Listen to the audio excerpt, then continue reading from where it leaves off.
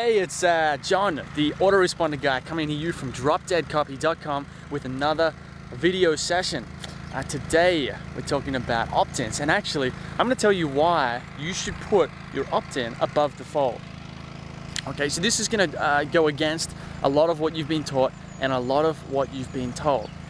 So, it starts with a story. I was working with a friend, and my friend has a blog. You can check it out. It's tropicalmba.com, and in the sidebar, like most bloggers, he had a little opt-in form, and the form said something like sign up to get our 50 free podcasts and a couple of things like that. Now, it didn't really sell it. It was just kind of, a bit about updates and just like the average, the typical sidebar opt-in form. That was what he had there.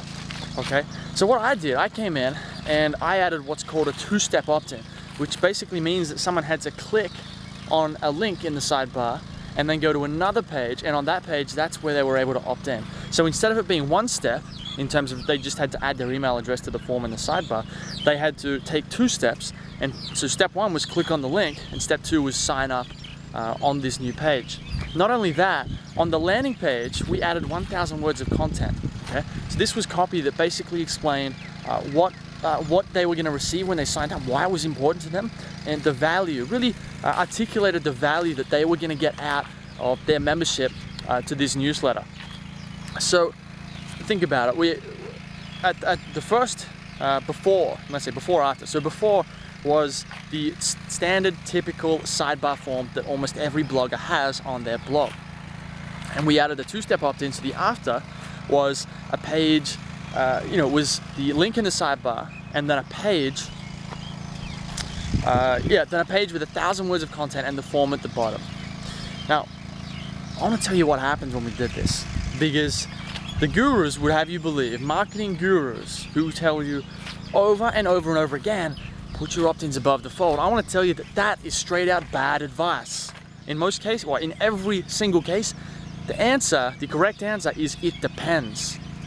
Okay, so think about the experiment that I did in this way. I essentially made it a lot harder for people to opt in. Now, not only did I have 1,000 words of copy on that page, the email opt-in form was at the bottom, not the top. I mean, screw this above the fold business. We had it down the bottom. Now, the gurus would have you believe that that this would cause a decrease in our opt-in rate, but that didn't happen. And in fact, get this, when we changed from the before and to the after, when we made it, I don't know how many times harder for people to opt in, our opt-in rate increased by over 250%. So instead of 10 people opting in, we had 25 people opting in, and we'd made it harder to opt in. Okay, now I think there's a couple of lessons here. Lesson 1 is people are smarter than we give them credit for. If they want to opt in, they're gonna figure it out. So increasing your opt-in rate is not about making it easier to opt in. Making it easy to opt in can have the opposite effect, because it can make it seem like you're trying to sell them on it rather than them trying to, having a free will, a free choice to choose to sign up to your list. So that's the first lesson. And the second lesson is the gurus aren't always right.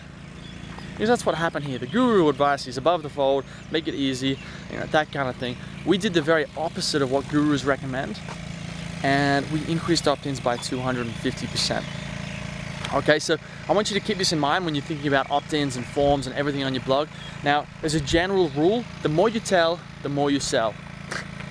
I didn't come up with that, but it's so potent and so true. Okay, people aren't going to get convinced by some flashy looking banner in your sidebar. They're going to get convinced by communication, which is copy on a page that explains to them why what you're offering them is valuable, and why you understand them, why you're going to be able to help them. Because in the end, they don't care about you, they care about what they're going to get out from this newsletter. So that's it for today.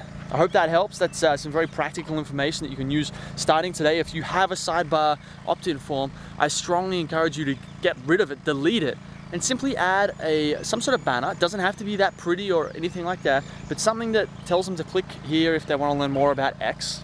I'll do a crash course on whatever your market needs help with, and then create a page with 300 words, 500 words, the word count doesn't matter, but take some time to articulate the value that they're going to get from opting into your newsletter, and then at the bottom, or wherever it seems appropriate, because that's what I mean by it depends, wherever it seems appropriate, put the opt-in form.